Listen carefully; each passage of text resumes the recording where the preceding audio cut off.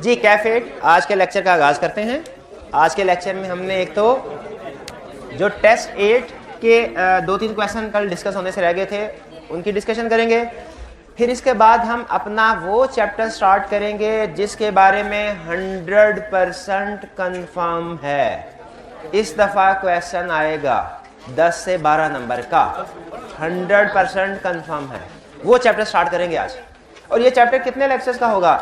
मेरा हाल 5 से 6, 3 का नहीं होगा, 5 से 6 लेक्चर्स का होगा, क्योंकि इसमें और हम कोशिश करेंगे डिस्कशन भी ज़्यादा से ज़्यादा हो। केस स्टडीज़ की अहम चैप्टर है ना, हाँ, तो ज़्यादा से ज़्यादा डिस्कशन हो। आपको कुछ डिस्कशन तो टाइम को सामने रखते हुए क्लास में शेयर की जाएगी और फिर कुछ एज यूजुअल आपको पता है लिंक के साथ शेयर किया जाएगा यूट्यूब लिंक के जरिए। तो कोड ऑफ एथिक्स हम आज स्टार्ट करने जा रहे हैं। जो चैप्टर है ये कौन सा है? Code of ethics, compliance with ethical requirements. लेकिन पहले जो हमारा टेस्ट है उसके कुछ क्वेश्चंस पेंडिंग थे, वो डिस्कस कर लेते हैं। पहले क्वेश्चन नंबर 3 क्या कह रहा है? पढ़ेंगे तो पता चलेगा ना क्या कह रहा है। Requirement, describe the effect this situation will have on the audit report of Warboys limited if the matter is fully disclosed in the financial statements, not disclosed in the financial statements. कहता है बताओ effect on audit report क्या होगा। Course of action बताना है क्या?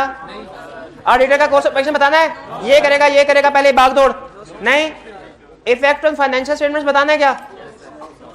Impact on वो भी नहीं। हाँ, मिस स्टेटमेंट हो तो उसको हम उसका करेक्ट अकाउंटिंग ट्रीटमेंट डिस्कस कर दिया करते हैं। लेकिन सिर्फ इम्पैक्ट ऑन ऑडिट रिपोर्ट पूछ रहा है, ऑडिट रिपोर्ट से बाहर हमने ऑडिट रिपोर्ट से बाहर नहीं जाना। क्या कह रहा है? During the year ended 31 August 2002 Wardboys Limited and outdoor layer retailing chain switched purchases of tents and waterproof of clothing from Leak Proof Products Limited to another supplier। के कंपनी ने अपना सप्लायर चेंज कर दिया। पहले किससे चीजें खरीद रहे थे? लीक प्रूफ से। अब 2 months later leak proof products limited went into liquidation. 2 महीने के बाद बेचारी जिसको हमने छोड़ा था वो ही डूब गई कंपनी। हाँ, जिसको छोड़ा था 2 महीने पहले। Liquidators of the company have issued a claim against Wardboys Limited for a breach of implied contract and consequential losses। जो लिक्विडेटर है उस कंपनी का, हमारी कंपनी का नहीं, उस कंपनी का जो डूबी है, उसके लिक्विडेटर ने हमारे खिलाफ, कंपनी के खिलाफ केस फाइल कर दिया कि भाईजान ये आपने कॉन्ट्रैक्ट की वायलेशन की है और लॉसेस हुए हैं जिसकी वजह से आप हमें हर्जाना अदा करें। लीगल केस है। बेस्ट सोर्स ऑफ एविडेंस क्या होता है? लॉयर का ओपिनियन। लॉयर क्या कह रहा है? No amount has yet been put on the claim, but lawyers advise that it could be substantial, and although they are confident of a successful defense, also advise that the case could go against Wardboys Limited. This would have a serious effect on the company। अच्छा देखिए, दो चीज जब हमने liability record करनी होती है, दो चीजें देखनी होती है। एक अमाउंट मेजरेबल हो, दूसरा आउटफ्लो प्रोबेबल हो।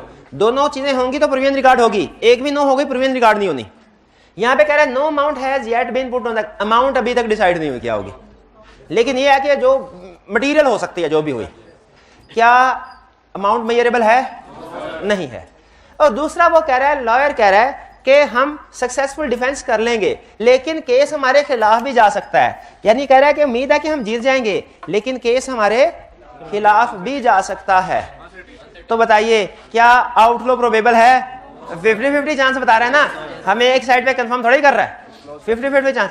तो बताइए इस केस को क्या होना चाहिए? डिस्क्लोज करना चाहिए, डिस्क्लोज करना चाहिए। ठीक है। पहला केस, अगर ये case fully disclose in financial statement, financial में फुली डिस्क्लोज हो जाता है, अनमोडिफाइड ओपिनियन। अच्छा अब एक मिनट, अनमोडिफाइड तो आपने बता दिया। अब 3 पॉसिबिलिटीज है। कुछ केसेस ऐसे हैं कि ऑडिट मैटर में भी जा सकते हैं, कुछ केसेस ऐसे हैं एमसीओ मैटर में भी जा सकते हैं, कुछ ऐसे हैं गोइंग कंसर्न में भी। ये किधर जाएगा? रीजन क्या है? अगर रूटीन नेचर के कोई केसेस चल रहे होते ना, यूं ही चलते चलते बात करता, वो की ऑडिट मैटर में जाते। यहाँ चूंकि इस केस को डिटेल में डिस्कस कर रहा है, ये एक वाहिद केस है, एक सिंगल केस है और डिटेल में डिस्कस कर रहा है, ये एक्सेप्शनल लिटिगेशन है। अच्छा ये गोइंग कंसर्न की तरफ क्यों नहीं लेके गए? क्योंकि क्वेश्चन में कहीं पे उसने ये नहीं बताया, जैसे पिछले क्वेश्चन में बताया था कि कंपनी बैंकरप्ट हो सकती है अगर इसका पे ना कर पाए तो, इसीलिए ये हमारा एक्सेप्शनल लिटिगेशन का केस बनता है। और एमसीएस मैटर पैराग्राफ हम इंक्लूड करेंगे। क्या लिखेंगे? Artist shall include unmodified opinion. हाँ जी, और एमसीएस मैटर पैराग्राफ में वो 3 चीजें भी बतानी है। रेफरेंस, ठीक है। Not disclosed in the financial statement, miss statement है। ऑडिटर शैल एक्सप्रेस मटेरियल और परवेसिव दोनों डिस्कस करेंगे या एक? दोनों डिस्कस करेंगे क्योंकि मेंशन नहीं है क्लियरली। अमाउंट नहीं दी हुई ना, अमाउंट दी होती अमाउंट की बेस पर डिसीजन करते। अमाउंट नहीं दी हुई तो क्वेश्चन में भी कहीं नहीं बताया मटेरियल है कि परवेसिव है, बस ये बताया सिग्निफिकेंट है, अहम है, इमटेरियल नहीं है, ये बता दिया उसने इमटेरियल नहीं है। लेकिन मटेरियल के परवेसिव तो दोनों डिस्कस करेंगे। अच्छा, जब क्वालिफाइड ओपिनियन या एडवर्स ओपिनियन एक्सप्रेस करेंगे, इसके साथ हम बेसिक ओपिनियन भी लिख दिया, एमसीओ मैटर पैराग्राफ इंक्लूड करेंगे? नहीं, क्यों नहीं करेंगे? एक जगह इंक्लूड हो गया ना, उसको हमने basis for qualified adverse opinion में डिस्कस कर दिया, अब एमसीओ मैटर पैराग्राफ उसके ऊपर नहीं देना। जी नहीं नहीं, सीरियस का मतलब है सिग्निफिकेंट इंपैक्ट है। सब्सटेंशियल या सीरियस इंपैक्ट का मतलब है कि अमाउंट सिग्निफिकेंट होगी, बड़ी अमाउंट होगी, अमाउंट बड़ी होगी। इससे गोइंग कंसर्न की तरफ आपने नहीं सोचना, गोइंग कंसर्न में क्लियर इंफॉर्मेशन देता है, जैसे पिछले क्वेश्चन में दी थी। क्वेश्चन 4, अच्छा क्वेश्चन 4 की डिस्कशन आपके साथ शेयर हो चुकी है, इसमें कोई प्रॉब्लम तो नहीं है? अगर कोई ऐसी चीज है जो आप समझ लो कि नहीं समझ आई डिस्कशन में तो पूछ लो। चलें नेक्स्ट क्वेश्चन 5। अच्छा ये, हाँ ये वॉल्यूम 2 का क्वेश्चन, इसकी डिस्कशन नहीं होगी। रिक्वायरमेंट में पहले क्या कह रहा है? Discuss each of these issue. अब चाहे एक ही कंपनी है, हमने अलग-अलग डिस्कस करना, एक और दूसरे के साथ हेड अप नहीं करना, अलग-अलग डिस्कस करना है। Discuss each of these issue and describe the impact on audit board if the above issues remain unresolved. Draft profit before tax is 9 million and total assets are 37 million. Materiality कैसे calculate करेंगे? Total asset की base पे नहीं, total assets की base पे कब करते हैं? तो प्रॉफिट दिया ही ना, प्रॉफिट दिया तो प्रॉफिट को बेस बनाना है। अगला क्वेश्चन, अगर इसमें टोटल एसेट्स को नहीं यूज करना मटीरियलिटी के लिए, तो फिर उसने दिया क्यों है? दो रीजन है, दो रीजन में रखिएगा। प्रॉफिट दिया होता है और साथ टोटल एसेट्स भी दिया हो, दो रीजन। पहली रीजन, स्टूडेंट कंफ्यूज होकर टोटल एसेट्स की बेस पे मटीरियलिटी कैलकुलेट कर ले, इसलिए दिया होता है टोटल एसेट्स। आपने इस सेशन में मटीरियलिटी प्रॉफिट की बेस से कैलकुलेट, और दूसरा होता है इसका पर्पस परवेसिव कैलकुलेट करने के लिए। हाँ, अगर अमाउंट प्रॉफिट से 50% से ज्यादा हो ना, तो हम फौरन परवेसिव के कंक्लूजन पे नहीं पहुंचते, हम देखते हैं कि बाकी की फाइनेंशियल स्टेटमेंट का 50% हो रहा है कि नहीं, तो उस वक्त टोटल एसेट्स का 50% कैलकुलेट करके हमने देखना है। अगर मिस स्टेटमेंट उससे भी एक्सीड हो रही हो टोटल एसेट के 50% से भी, हम कहेंगे ये परवेसिव है। और अगर प्रॉफिट के 50% से ज्यादा है लेकिन टोटल एसेट के 50% से कम है, तो फिर ये क्या है? मटेरियल। लेकिन आपने फिर क्वेश्चन में उसको बता देना कि ये सिर्फ मटेरियल हम कर रहे हैं। अगर प्रॉफिट के 50% से ज्यादा होना लेकिन एसेट्स के 50% से कम, तो उसे आपने बता देना कि चूंकि एसेट्स के 50% से कम है इसलिए हम इसको मटेरियल ले रहे हैं भाई, उसको बता देना है। क्योंकि नॉर्मली 50% ऑफ प्रॉफिट से ज्यादा होने का मतलब ये होता है कि ये परवेसिव की तरफ जा रही है, तो फिर हमने कमेंट करना होता है कि परवेसिव बनी है कि नहीं बनी। परवेसिव कब बनेगी? जब टोटल एसेट के 50% से भी बढ़ेगी। और कब नहीं बनेगी परवेसिव?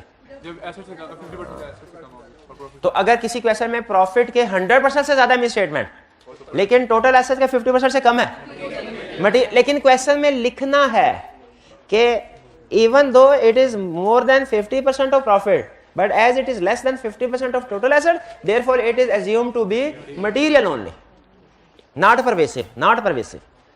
ठीक है।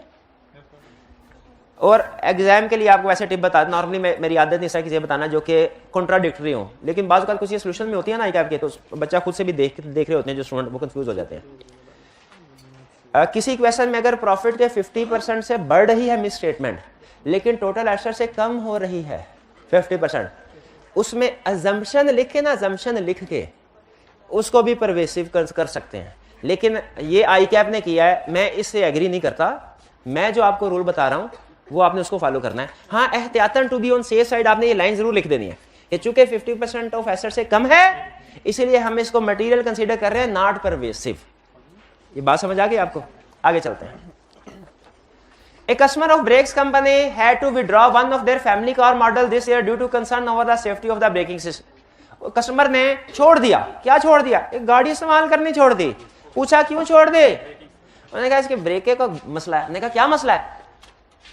कहते कस्टमर है launch a legal claim against brakes company for 10 million for the negligent supply of faulty braking system. कहता बैर दो, ब्रेक लगती नहीं है, ब्रेक यही होगी ना, ब्रेक फेल हो गई।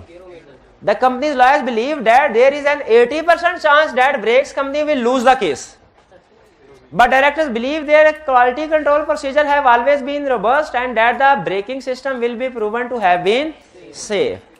लॉयर कह रहा है भैया 80% चांस है, मैनेजमेंट कह रही है नहीं नहीं हम तो कॉन्फिडेंट है। मैनेजमेंट तो मैनेजमेंट ऑडिटर क्वालिफाइड ओपिनियन दे भी देना, मैनेजमेंट फिर भी अपनी डायरेक्टर्स रिपोर्ट में यही कहती है नहीं नहीं इसने गलत किया, ऐसा तो नहीं है, आइंदा हम ये सारे केस जीत जाएंगे, बेफिक्र रहे। मैनेजमेंट ने तो पॉजिटिव ही रहना हमेशा अपने शेयर होल्डर के लिए। हमने किसकी बात करनी है?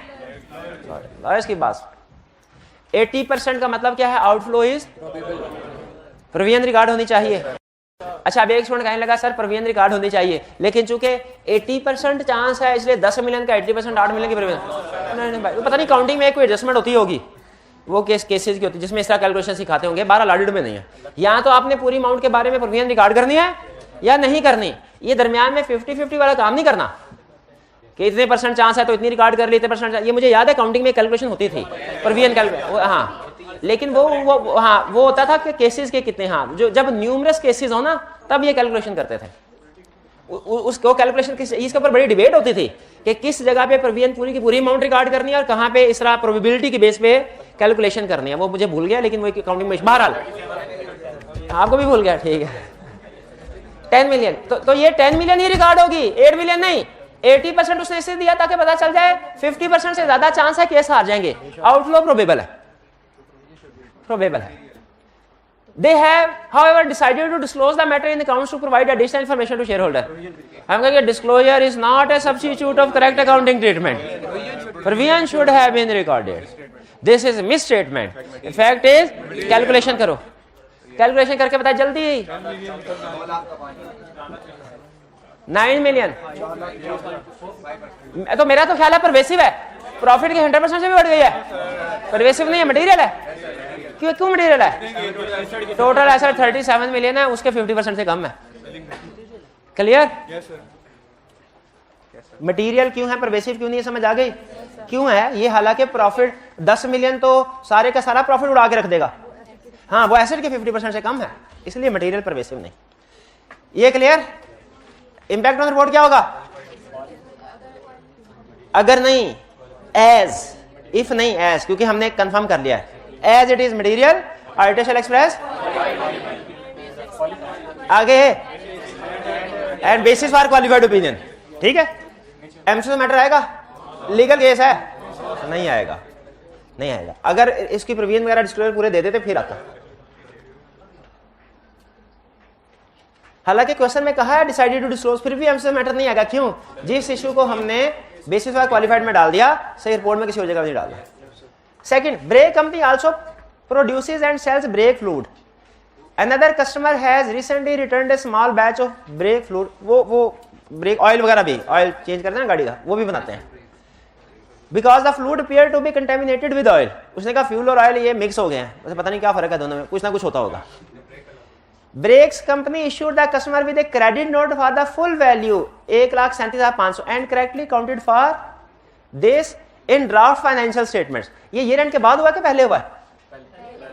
पहले हुआ तो फिर भी एडजस्टिंग है, बाद में हुआ होता तो फिर भी एडजस्टिंग होता है, इससे फर्क ही नहीं पड़ता। बाद में भी हुआ होता, return of defective inventory adjusting ही होता है।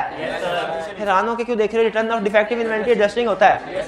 ईयर एंड से पहले है तो रिकॉर्ड 100% होना है ना। ईयर एंड से पहले तो सब्सिक्वेंट इवेंट का जर्सी सवाल पैदा नहीं होता, जो भी हो गया रिकॉर्ड डिस्क्लोज करना है। ईयर एंड के बाद भी ये वापस आया होता ना, फिर भी एडजस्टिंग इवेंट होता और हम सेल रिवर्स करते और उसने सेल रिवर्स कर दिया। कैसे पता चला सेल रिवर्स कर दिया? क्रेडिट नोट इशू कर दिया, correctly counted for in draft financial statement. As the brake fluid was returned before the year end, brake company has included it in the year end inventory listing at cost 125,000। यहां तक ठीक किया, लेकिन NRV brake company may be able to refilter and resell the brake fluid at the original price, but filtering will cost further 62,500। अब इसकी NRV क्या होगी? NRV क्या होगी? हाँ? किससे माइनस करेंगे कॉस्ट?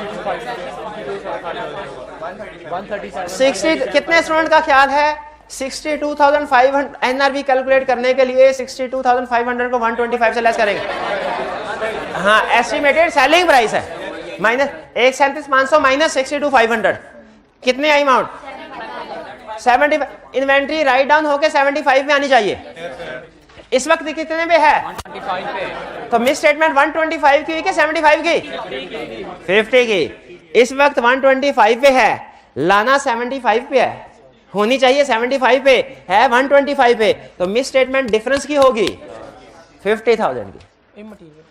इमटेरियल कैसे है 9 मिलियन, हाँ ठीक है, 9 मिलियन का 5% मटेरियलिटी लेवल से कम है। अब और कोई नहीं बोलेगा, और कोई नहीं बोलेगा, ये भाई मुझे बताएंगे। इफेक्ट ऑन रिपोर्ट, ये सारी डिस्कशन हमने कर ली। हमने कह दिया कि इसको एनआरबी पे रिकॉर्ड होना चाहिए, हमने एनआरबी की कैलकुलेशन भी सोल्यूशन में कर ली, हमने ये भी बता दिया इमटेरियल है, मटेरियलिटी की कैलकुलेशन भी कर दी। अब आखिरी स्टेप क्या है हमारा, इंपैक्ट ऑन रिपोर्ट। भाई इंपैक्ट ऑन रिपोर्ट में आने के लिए ये कैलकुलेशन करना जरूरी होता है ना, ये हम क्वेश्चन में दिखाएंगे कि नहीं दिखाएंगे। इंपैक्ट ऑन रिपोर्ट बता दें, इंपैक्ट ऑन रिपोर्ट बता दें, इंपैक्ट ऑन रिपोर्ट बताए अनमट, कुछ कुछ कुछ क्या कहूं मैं भाई, क्या है, क्या करेंगे अनमोडिफाइड ओपिनियन है, वैसे मैं क्या बताऊं इन्हें, कल बार बार कहता रहा हूं, जब कभी इमटेरियल मिस स्टेटमेंट हो सिर्फ अनमोडिफाइड ओपिनियन नहीं लेकर आके बात खत्म करनी, नहीं सीखना आपने, नहीं सीखना तो नहीं सीखना। चले ये क्लियर हो गया। साथ में एग्रीगेट और क्वालिटेटिव वाली बात भी करनी है ना, वो किसने छोटे भाई के लिए छोड़ दिया है कि अगले अटेम्प्ट के लिए छोड़ दिया कि मैंने जाके लिखना है उधर, ये नहीं लिख पाएंगे आप, कंफर्म है नहीं लिख पाएंगे। क्लास में एक दिन के बाद नहीं याद, उसी दिन 10 मिनट के बाद भूल गए थे, कल याद नहीं है, एक दिन के बाद भी भूल गए तो महीने बाद याद रहेगा, 2 महीने बाद याद रहेगा, कभी भी नहीं। नहीं मैं दुआ करता रहा हूं, आप रिवीजन ना कीजिएगा, आप याद ना कीजिएगा।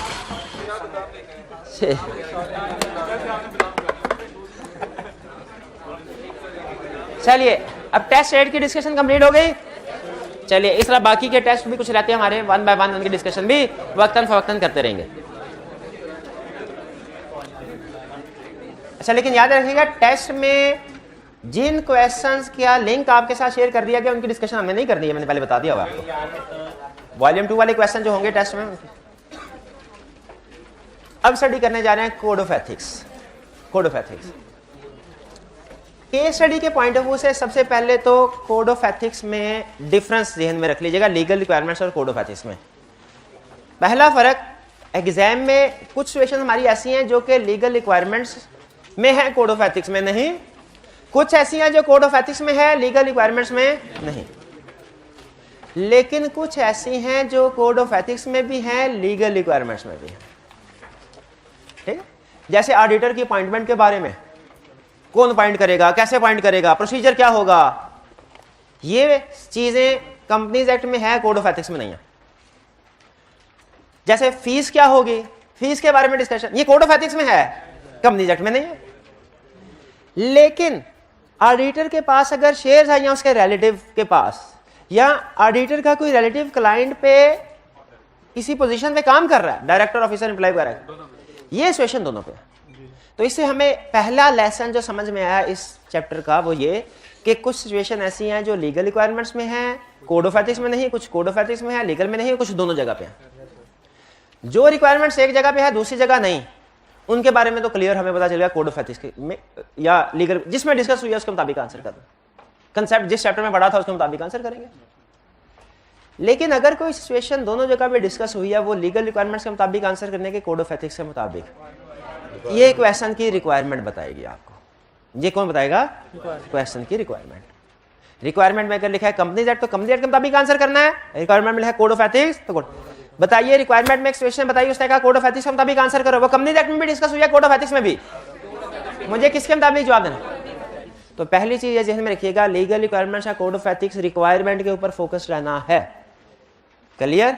रिक्वायरमेंट चैप्टर 6 की है तो चैप्टर 6 बताएंगे, चैप्टर 7 की है तो चैप्टर, अगर उसने पूछा लीगल रिक्वायरमेंट्स बता दिया कोड ऑफ एथिक्स तो 0 नंबर, चाहे कोड ऑफ एथिक्स के लिहाज से सही बताया हो। और अगर कोड ऑफ एथिक्स पूछा, बताया लीगल रिक्वायरमेंट्स के मुताबिक आपने, तो भी 0 नंबर। पहला और सबसे बड़ा फैसला जो आपने क्वेश्चन में, एग्जाम क्वेश्चन में करना है वो ये कि रिक्वायरमेंट को पढ़ के डिसाइड कर ले कंपनीज एक्ट के मुताबिक आंसर करना है कि कोड ऑफ एथिक्स। अच्छा अब आगे चले। कंपनीज एक्ट और कोड ऑफ एथिक्स में एक मेजर डिफरेंस ये है कि कंपनीज एक्ट सिर्फ और सिर्फ पार्टनर्स पे अप्लाई होता है। कंपनीज एक्ट सिर्फ और सिर्फ पार्टनर्स पे अप्लाई होता है। Code of ethics engagement team पे अप्लाई होता है पूरी। अब देखें, अगर मैं CFAB की क्लास में बैठे होते हैं तो मैं आपसे कहता पूरी की पूरी फर्म पे अप्लाई होता है, क्योंकि उसमें कुछ केस स्टडीज टीम की भी आती है, टीम से बाहर की भी आती हैं, लेकिन हमारे सिलेबस में सारी की सारी केस स्टडीज टीम की आती है। तो अपने सिलेबस को सामने रखते हुए मैं क्या बता रहा हूँ कि code of ethics engagement team पे अप्लाई, और एंगेजमेंट टीम में पार्टनर तो शामिल है ही है, ट्रेनर भी शामिल है, ट्रेनिंग भी शामिल है, मैनेजर भी शामिल है। इसका मतलब है अगर आप ए स्टैंड में क्वालिफाई कर जाते हैं और 2 महीने के बाद आपको एक अच्छी फर्म में आर्टिकल्स मिल जाते हैं जो आपकी डेट ऑफ ज्वाइनिंग से ही रजिस्ट्रेशन कर देती है, फिर उसके बाद आप किसी कंपनी का ऑडिट करने के लिए जाते हैं, वहां पे आप लीगल रिक्वायरमेंट्स की ऐसी की तैसी भेज देते हैं, तो आपको कुछ भी कोई भी नहीं कहेगा, लेकिन जो एंगेजमेंट पार्टनर है आपका उसके खिलाफ लीगल केसेस फाइल करेंगे अगर लॉ की वायलेशन हो जाए। तो पकड़ा कौन जाएगा? पार्टनर। हाँ, बाद में पार्टनर आपको बिल्कुल पकड़ेगा, बल्कि वो छोड़ेगा ही नहीं आपको 4 साल। लेकिन अगर आपने कोड ऑफ एथिक्स की वायलेशन कर दी, याद रखें डायरेक्ट आपके खिलाफ केस होगा, क्योंकि कोड ऑफ एथिक्स सिर्फ पार्टनर्स में नहीं पूरी एंगेजमेंट टीम पे अप्लाई होता है। इसका मतलब ये हुआ practically exam point of view से तो दोनों तैयार करने हैं legal ethics, practically code of ethics की एक एक चीज आपको पता होनी चाहिए, क्योंकि अगर आपने कोड ऑफ एथिक्स में जो एक बात लिखी हुई है किसी एक बात की भी वायलेशन कर दी ना, इवन आपके खिलाफ भी लीगल केस हो सकता है। पाकिस्तान में ये प्रैक्टिस नहीं है, पाकिस्तान में कुछ केसेस बाजुकात रेयर केस में पार्टनर्स वगैरह के खिलाफ होते हैं, लेकिन ट्रेनिंग स्टूडेंट के खिलाफ, लेकिन याद रखिएगा हो सकते हैं। इसीलिए कोड ऑफ एथिक्स का नॉलेज, कोड ऑफ एथिक्स का एक एक कंसेप्ट आपको क्लियर होना जरूरी है। ठीक है, पार्टनर अगर फर्ज कीजिए आप टीम मेंबर का हिस्सा हैं, आप हैं सीनियर, आपके पास उस क्लाइंट के शेयर्स हैं जिसका ऑडिट करने के लिए जा रहे हैं, और आपके पास उस क्लाइंट के लीगल, आप कुछ भी नहीं कहते, साइलेंट रहते हैं, लीगल रिक्वायरमेंट्स के मुताबिक आपने कुछ भी गलत नहीं किया। क्यों गलत नहीं किया? आप पार्टनर नहीं है, वो तो पार्टनर के ऊपर जो लॉ जहां पे लफ्ज ऑडिटर लिखता है ना, इससे मुराद एंगेजमेंट पार्टनर होते हैं, वो तो पार्टनर में अप्लाई होते हैं। लेकिन कोड ऑफ एथिक्स के मुताबिक आपने वायलेशन की, क्योंकि कोड ऑफ एथिक्स सिर्फ पार्टनर्स पे नहीं पूरे टीम पे अप्लाई होता है। और अगर आप उस वक्त ये कहे कोड ऑफ एथिक्स वाला चैप्टर तो मैंने पढ़ा ही नहीं था, जिस दिन ये केस स्टडी डिस्कस हो रही थी मैं उस दिन छुट्टी पे था, ईद आने वाली थी, मैं घर चला गया था और फिर उसके बाद टाइम नहीं मिला, तो क्या आपको माफी मिल जाएगी? नहीं माफी मिलेगी। तो ये जहन में रखिएगा, एक बहुत अहम कंसेप्ट जो आपके बहुत से क्वेश्चंस का आंसर देगा कि लीगल रिक्वायरमेंट सिर्फ पार्टनर्स पे अप्लाई होती है, कोड ऑफ एथिक्स की रिक्वायरमेंट सारी की सारी एंगेजमेंट टीम पे। अच्छा, अब चलते हैं आगे। कंसेप्चुअल, ये कंसेप्चुअल अप्रोच का मतलब है आपको बताना कि कोड ऑफ एथिक्स का स्ट्रक्चर कैसा है।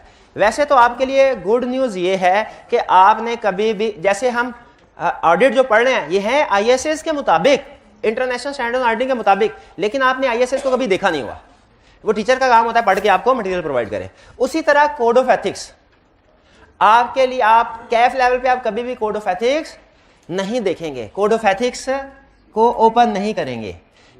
CFAB लेवल पे ना ये ऑडिट का जो सब्जेक्ट है ओपन बुक है। ओपन बुक का मतलब क्या? किताब साथ ले जाएं, ISS भी साथ ले जाएं, कोड ऑफ एथिक्स भी साथ ले जाएं। लेकिन कैफ 8 में ये ओपन बुक नहीं है, ना ISA ना कोड ऑफ एथिक्स साथ नहीं लेके जा सकते, और आपके लिए ये पढ़ना रिक्वायर्ड भी नहीं है। लेकिन चूंकि हम जो कुछ पढ़ रहे हैं वो कोड ऑफ एथिक्स में लिखा हुआ है, इसलिए इसका इंट्रोडक्शन आपको दिया जा रहा है, ताकि जब कभी आप एडवांस लेवल पे जाके कोड ऑफ एथिक्स को पढ़ें आपको पता है इसका स्ट्रक्चर क्या होता है।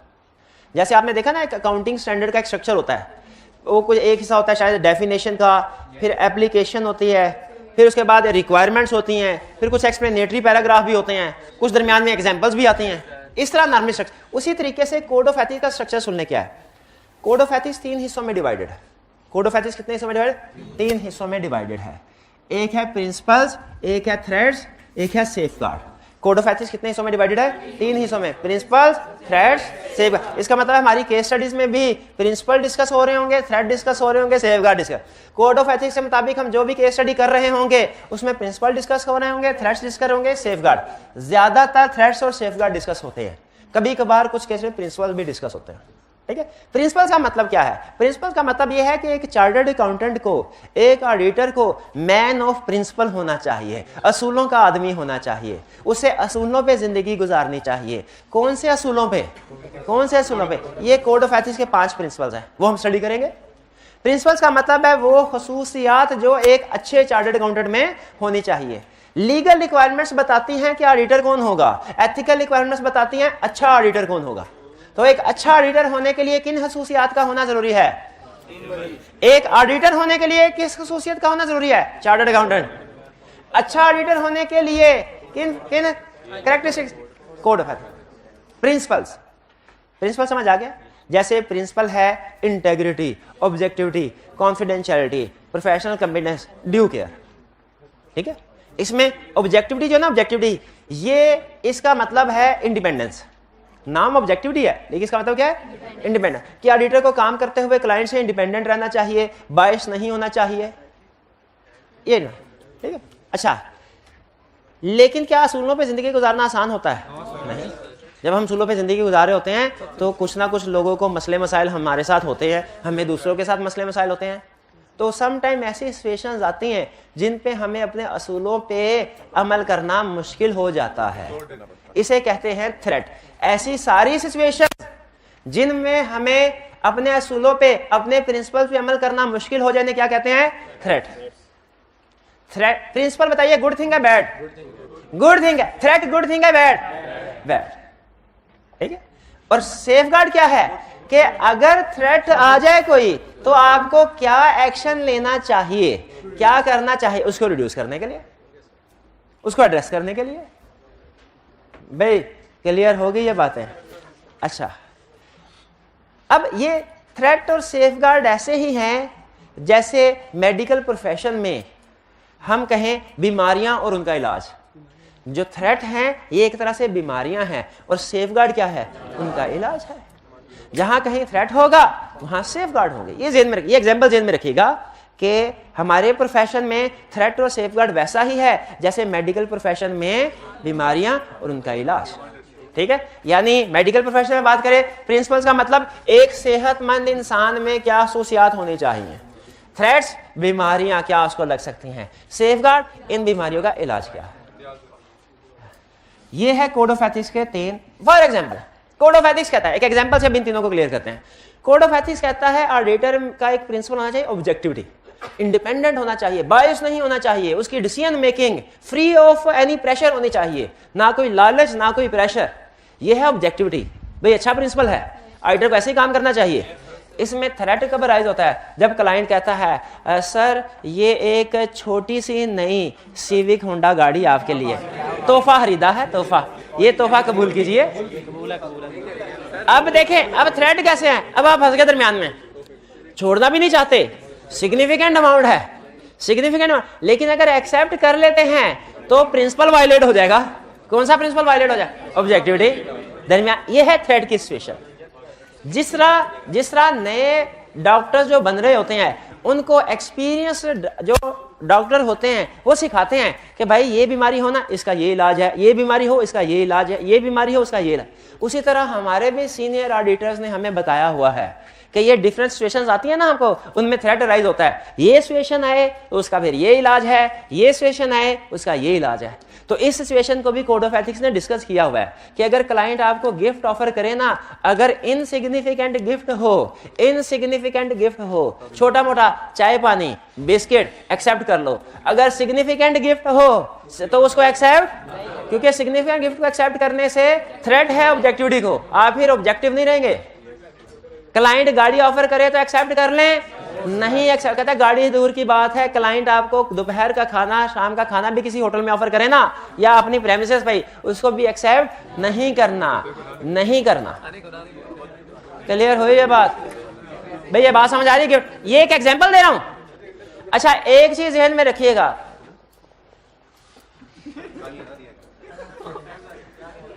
नहीं प्यारा भाई, प्यारे भाई जरा मतवज्जो हुई।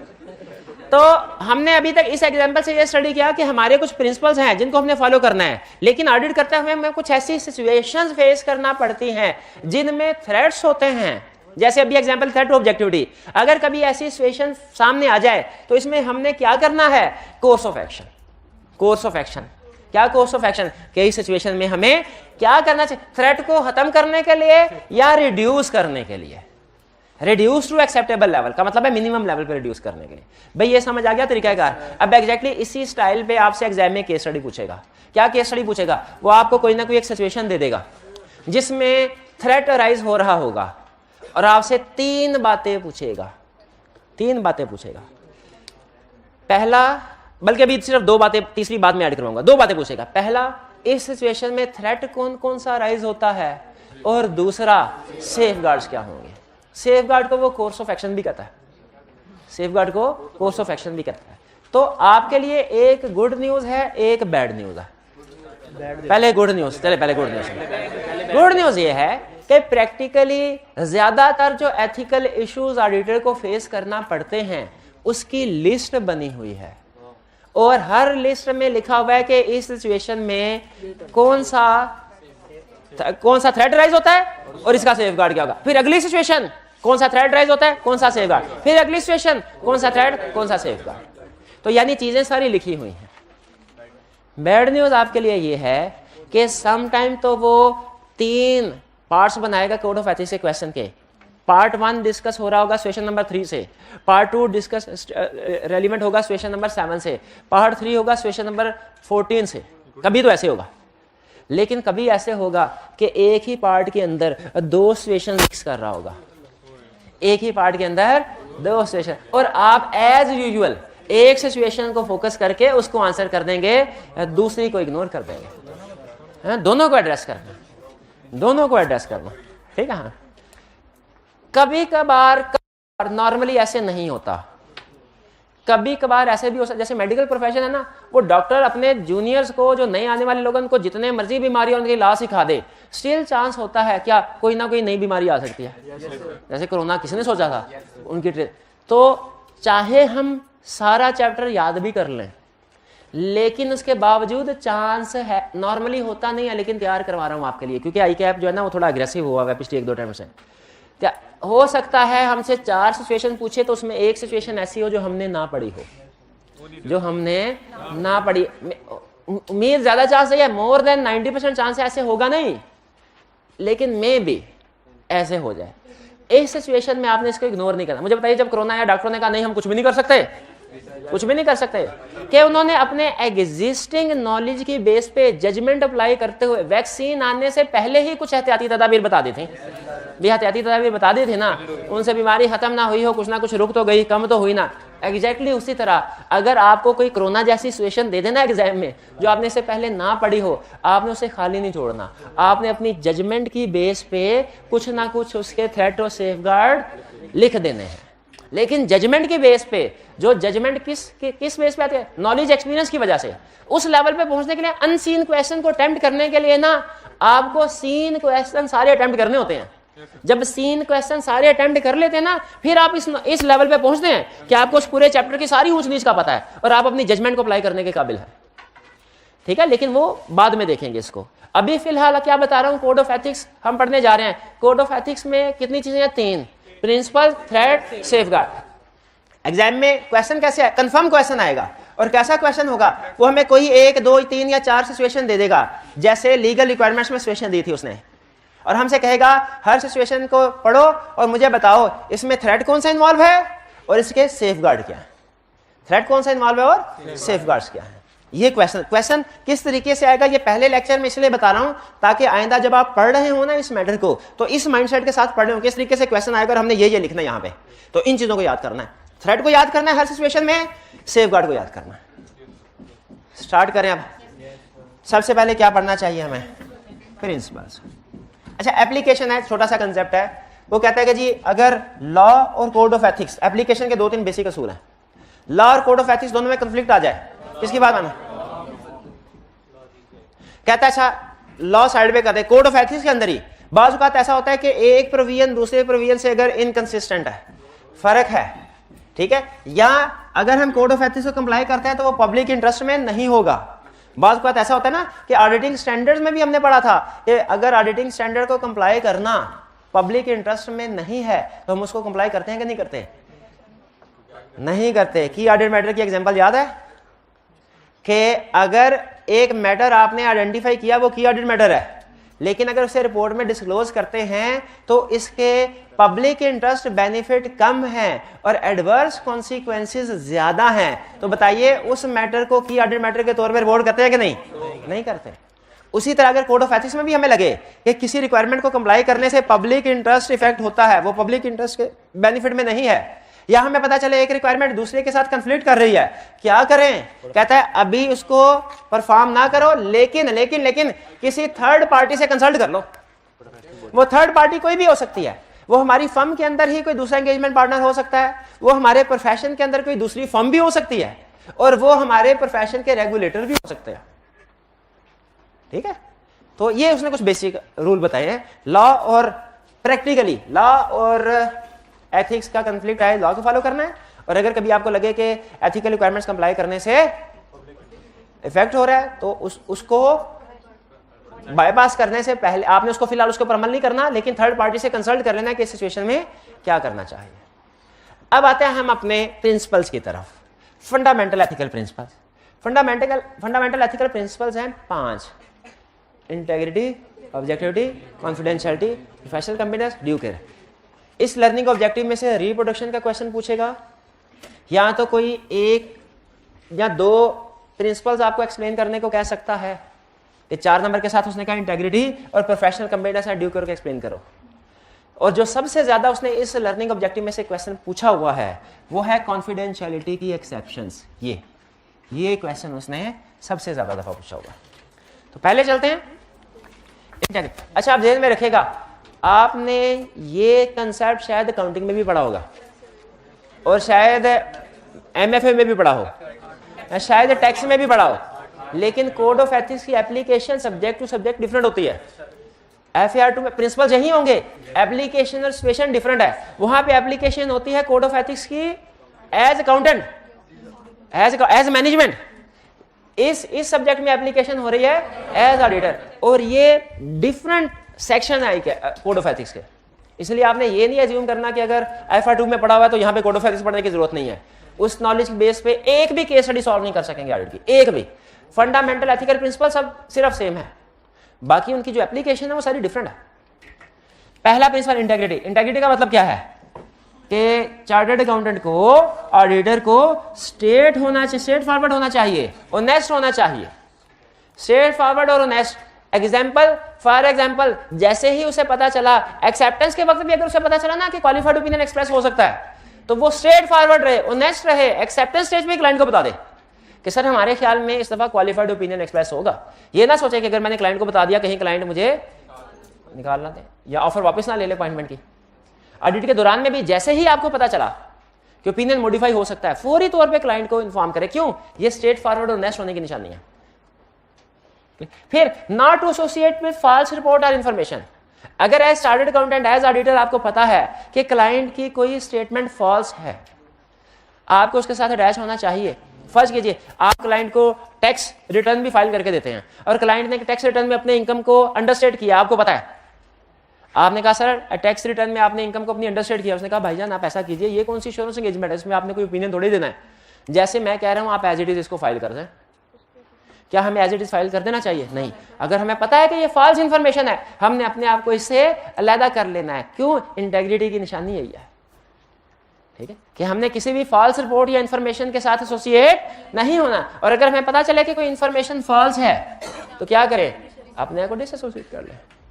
अगर आपको as auditor client prospectus issue कर रहा है शेयर कैपिटल अरेंज करने के लिए, उस प्रोस्पेक्टस में कुछ इंफॉर्मेशन गलत है, आपका नाम भी एज एक्सपर्ट के तौर पे उसमें इंक्लूड किया गया है, आपको पता चला ये प्रोस्पेक्टस गलत है, क्या आप उसको अपना नाम उसमें इंक्लूड करके जाने देंगे? नहीं। आप क्लाइंट से पहले कहेंगे इसको ठीक कर ले, क्लाइंट ठीक नहीं करता तो क्या करें? अपने आप को उससे अलग करवा लें। यह इंटेग्रिटी मींस स्ट्रेट फॉरवर्ड और ऑनेस्ट रहना है। Next objectivity. ऑब्जेक्टिविटी का मतलब क्या है? हमने अपनी जजमेंट को कंप्रोमाइज नहीं करना। किस वजह से कंप्रोमाइज नहीं करना? किसी अनड्यू इन्फ्लुएंस की वजह से, बायस की वजह से, या कंफ्लिक्ट ऑफ इंटरेस्ट की वजह से। यानी ना तो अनड्यू इन्फ्लुएंस का मतलब है प्रेशर में आके कोई हमें इन्फ्लुएंस करने की कोशिश करे, किसी के प्रेशर में नहीं आना हमने।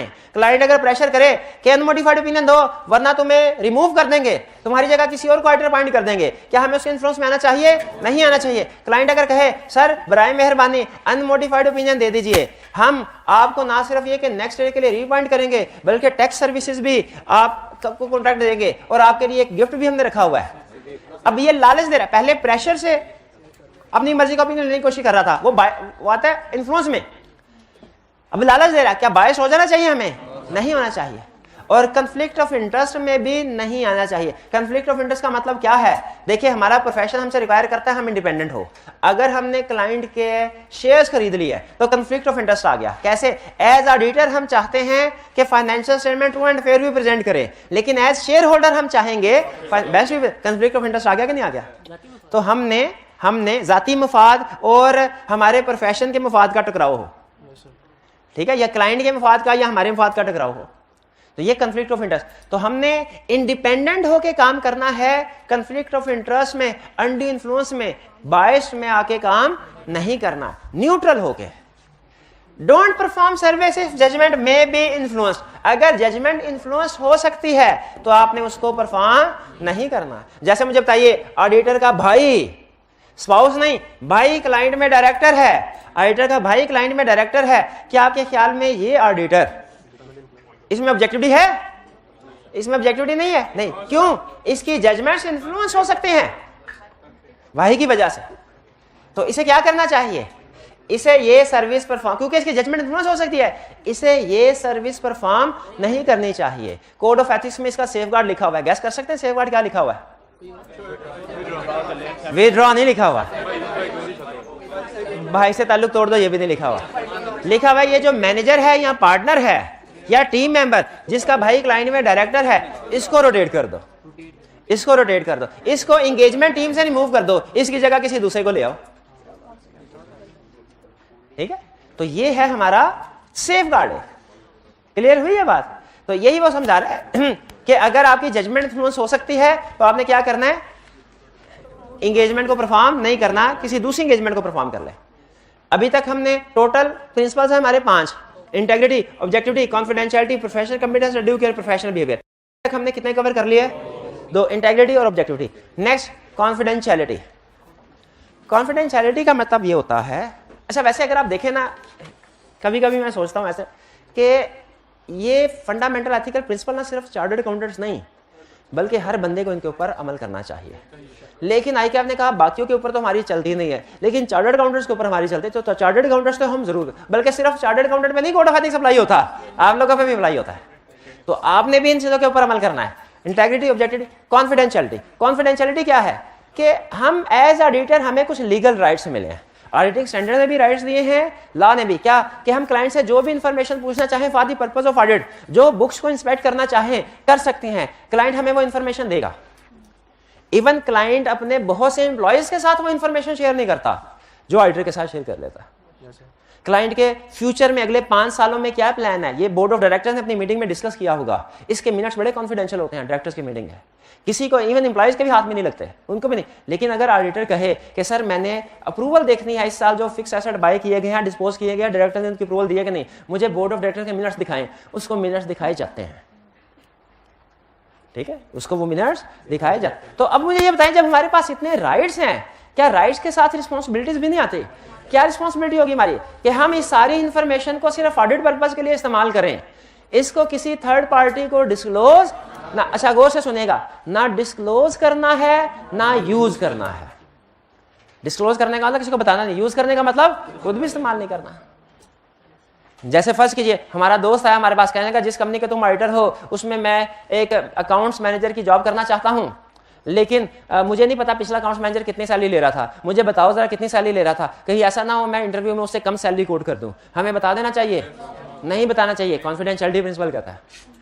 अच्छा मुझे ये फाइनेंशियल स्टेटमेंट्स का ऑडिट तकरीबन कंप्लीट होने के करीब है, फाइनल स्टेज है, हमारे सामने income statement I as auditor, हमने देखा इस साल प्रॉफिट है, एक्सपेक्टेशन से ज्यादा प्रॉफिट है। अब मुझे पता चला कि जब स्टॉक एक्सचेंज में ये इनकम स्टेटमेंट बैलेंस शीट जाएगी ना, शेयर की प्राइस बढ़ेगी। मैंने किसी को कुछ नहीं बताया, मैंने चुप करके इसके 1 लाख शेयर खरीद लिए इस कंपनी के, और जब शेयर प्राइस बढ़ी उसके बाद बेच दिए।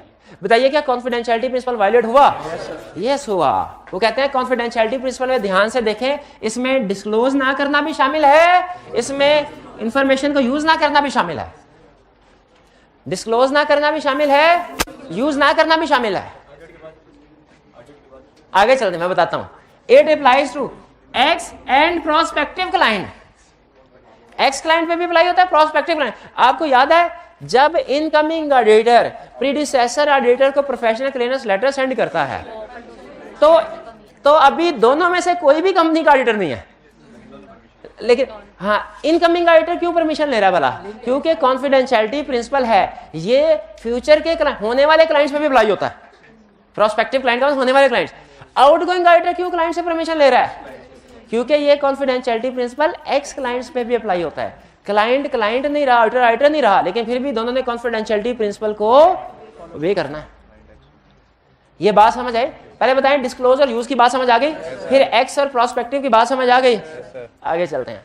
With in the firm confidentiality principle also applies within the firm. इसका मतलब क्या हुआ कि मैंने बाहर तो किसी बंदे को कुछ भी नहीं बताया, मैं कोक का ऑडिट कर रहा हूं। ये थोड़ी रियल सिचुएशन है। कोक का ऑडिट कर रहा हूं, पेप्सी का। दोनों टीम हमारी हफ्ते में एक दिन ऑफिस में पहुंचती है। ऑफिस में पहुंचे, गपशप हो रही है। उस नाउ भाई फेवरेट क्वेश्चन, उस नाउ भाई पेप्सी का सीएफओ कितने पैसे ले रहा है, कितनी सैलरी है उसकी? और वो पूछा अच्छा बताओ कोक का कितने सीएफओ कितनी सैलरी ले रहा है?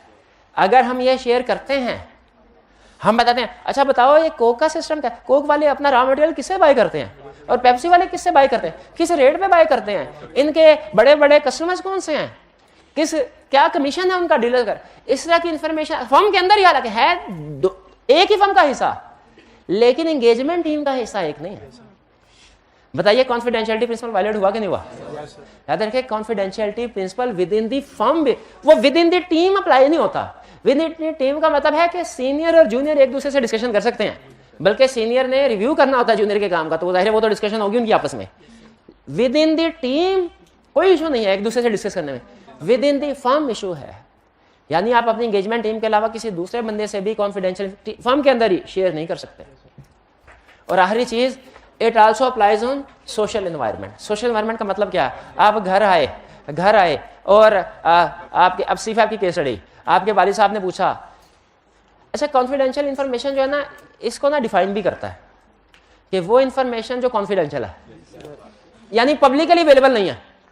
हर वो इंफॉर्मेशन जो गूगल पे अवेलेबल नहीं है किसी कंपनी की, वो कॉन्फिडेंशियल है। ये ध्यान में रखिएगा। घर आए, कॉन्फिडेंशियल सिखाने क्या लगाऊं?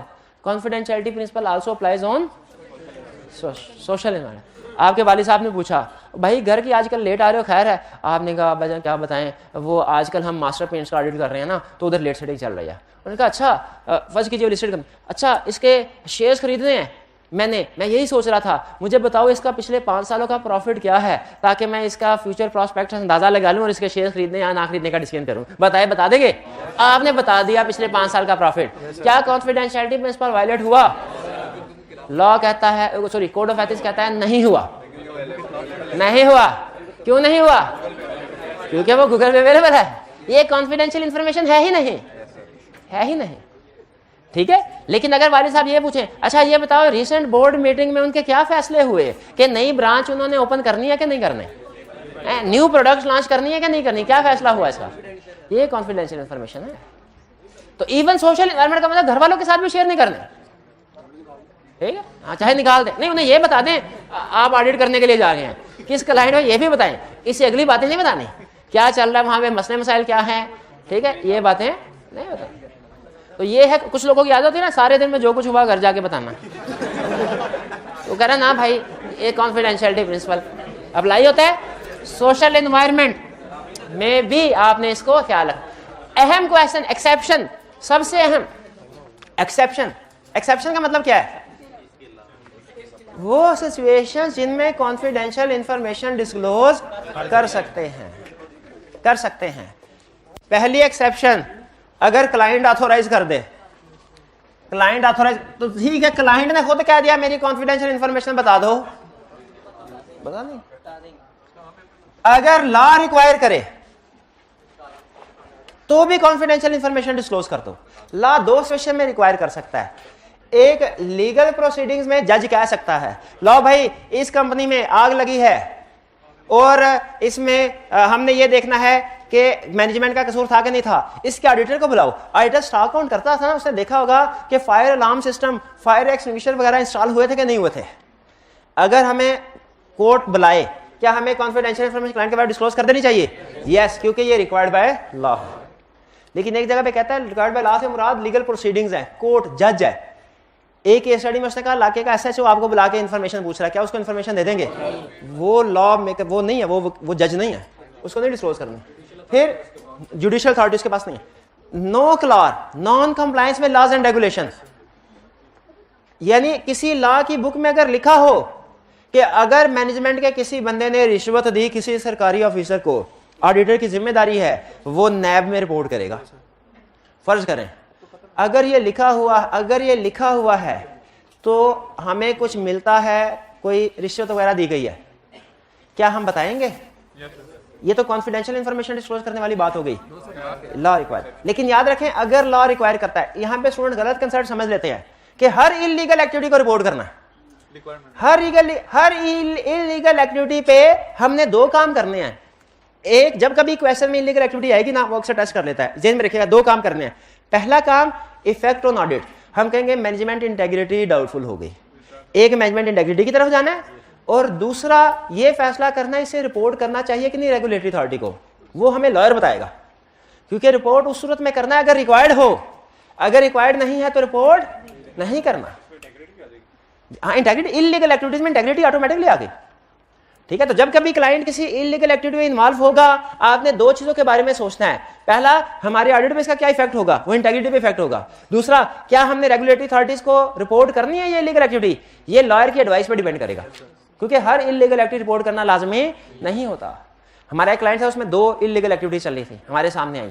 एक, उन्होंने लगाना था बिजली कनेक्शन वगैरह, उसके लिए रिश्वत दी थी वापडा के बंदे को, एक ये इलीगल एक्टिविटी थी।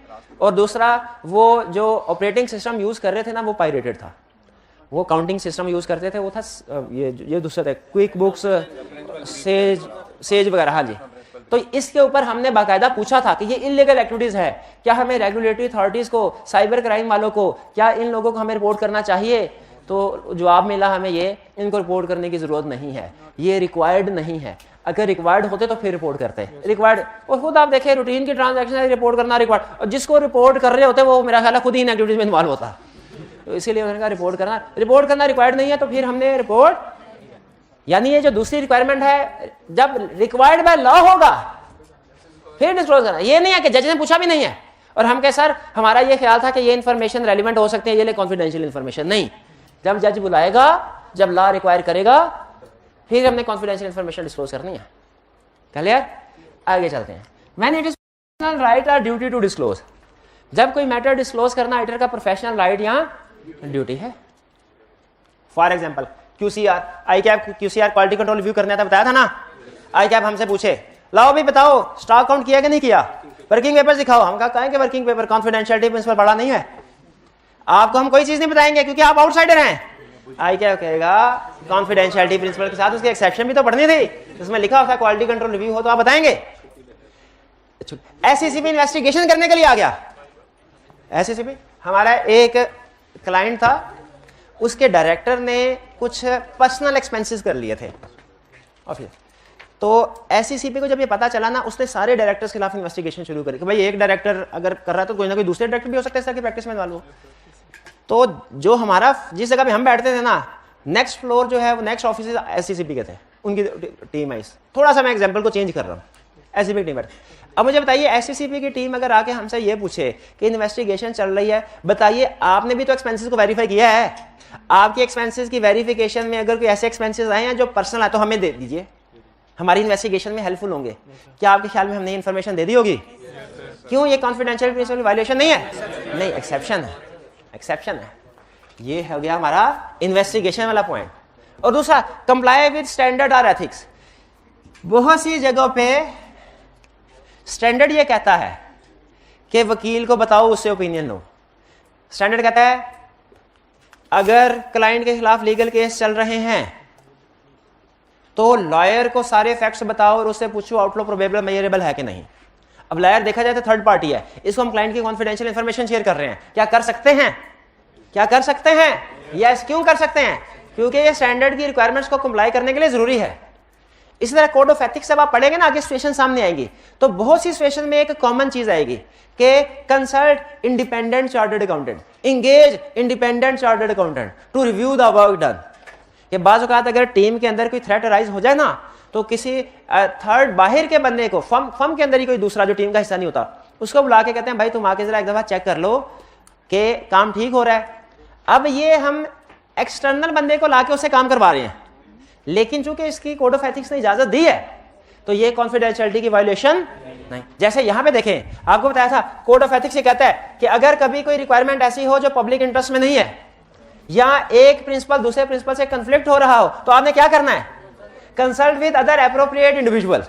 तो ये जो अदर एप्रोप्रिएट इंडिविजुअल्स है, ये तो थर्ड पार्टी होंगी ना, तो ये कॉन्फिडेंशियलिटी वायलेशन नहीं हो गई? नहीं। क्यों नहीं हुई? एक्सेप्शन में वो ये कहते हैं कि अगर जिस जगह पे स्टैंडर्ड या कोड ऑफ एथिक्स आप अलाउ करें ना आपको कि किसी सर्टेन पार्टी के साथ आप डिस्क्लोज कर सकते हो, आप कर सकते हैं।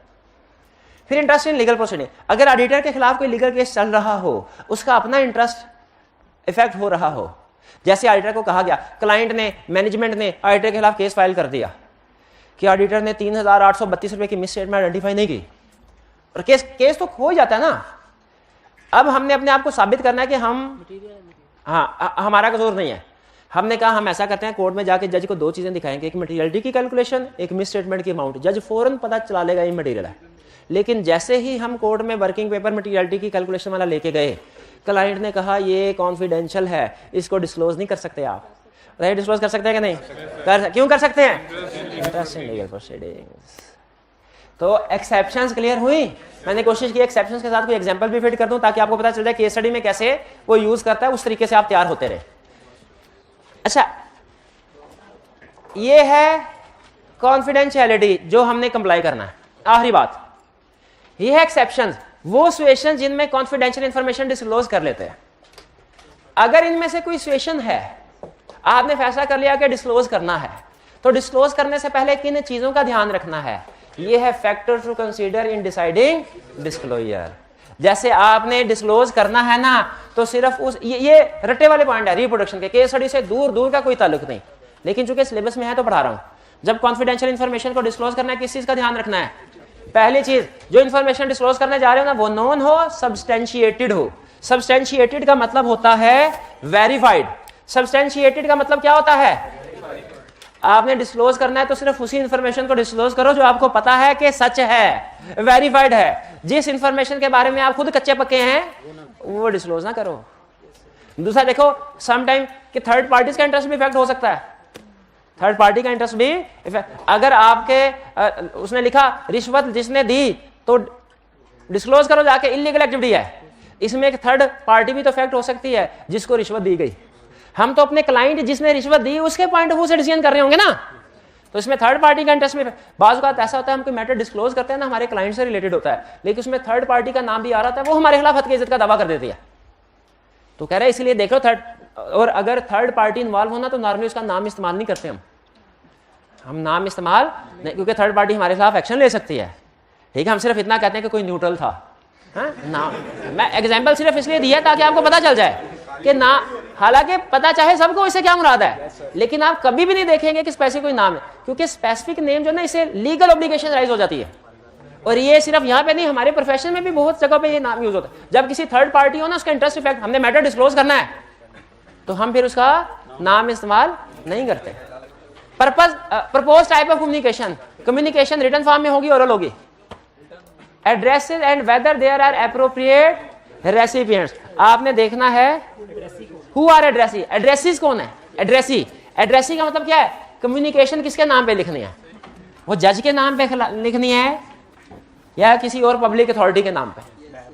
इन चीजों को सामने रख के आपने कॉन्फिडेंशियल इंफॉर्मेशन डिस्क्लोज करनी है। लेकिन याद रखें, ये रिप्रोडक्शन का क्वेश्चन है, एग्जाम में उसने नहीं पूछता। ये रिप्रोडक्शन में भी पूछता है, केस स्टडी में भी पूछता है, एग्जाम में बार बार पूछ रहा है। आज के लेक्चर की सबसे अहम चीज, सब कुछ भूल जाएं, लेकिन कॉन्फिडेंशियलिटी की एक्सेप्शंस और चंद एक एग्जांपल जो मैंने शेयर किए केस स्टडी में यूज होंगी। अब कल के लेक्चर में हम बाकी के 3 प्रिंसिपल हो गए हमारे, याद रखेगा, इंटेग्रिटी, ऑब्जेक्टिविटी, कॉन्फिडेंशियलिटी।